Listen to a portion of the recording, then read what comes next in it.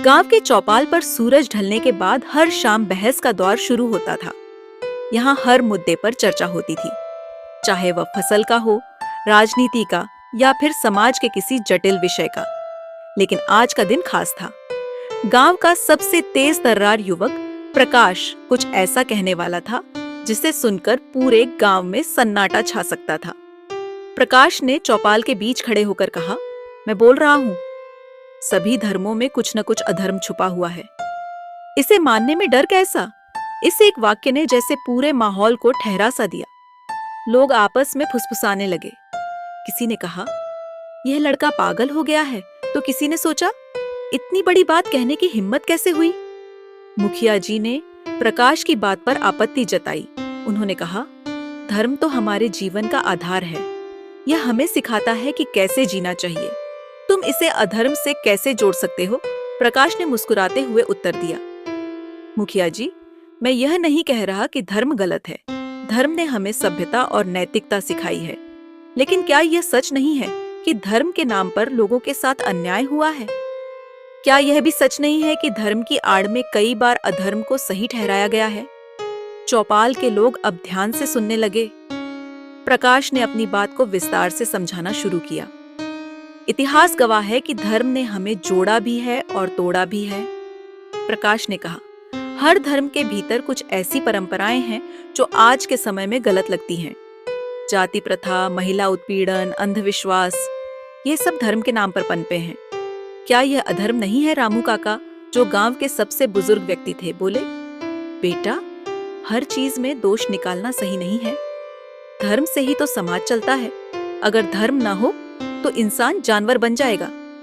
प्रकाश ने सिर झुकाकर उनकी बात मानी, लेकिन फिर कहा, सही कहा काका, लेकिन क्या यह भी सच नहीं है कि धर्म के नाम पर सबसे ज्यादा खून खराबा हुआ है? क्रूसेड, जिहाद, धर्म परिवर्तन, ये सब धर्म के नाम पर ही तो हुए। क्या यह अधर्म नहीं था? प्रकाश ने जाति प्रथा का उदाहरण दिया। क्या यह सही है कि एक इंसान को उसकी जाति के आधार पर नीचा दिखाया जाए? क्या यह धर्म के मूल उद्देश्य का हिस्सा हो सकता है?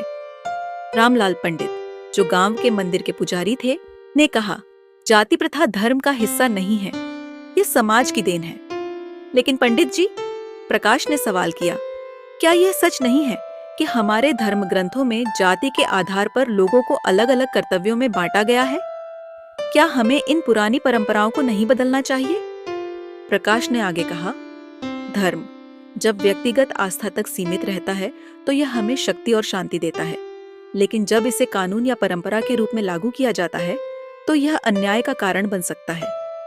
हमें धर्म को व्यक्तिगत स्तर पर अपनाने की जरूरत है, न कि इसे दूसरों पर थोपने की। मुखिया जी ने सहमति जताई। उन्होंने कहा, तुम्हारी बात सही है, लेकिन बदलाव लाना आसान नहीं है। धर्म से जुड़ी परंपराएं सदियों पुरानी हैं।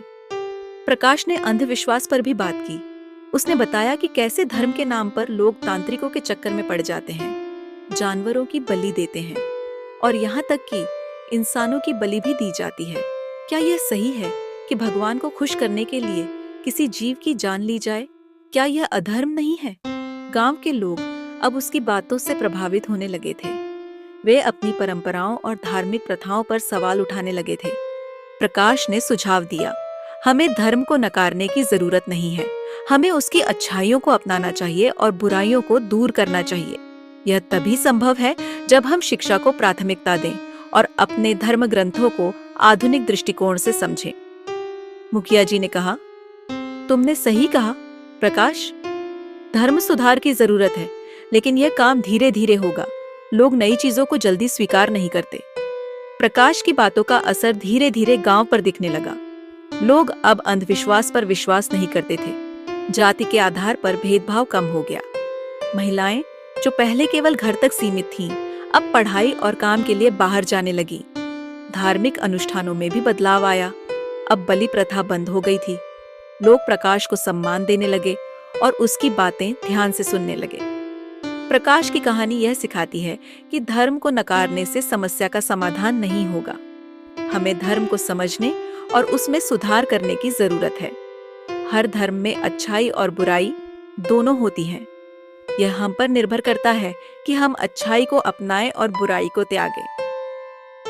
इस बदलाव की शुरुआत सवालों से होती है, और सवाल वही पूछ सकता है जो सच का सामना करने की हिम्मत रखता हो। प्रकाश ने यह साबित कर दिया कि बदलाव लाने के लिए केवल हिम्मत और सच्चाई की जरूरत होती है।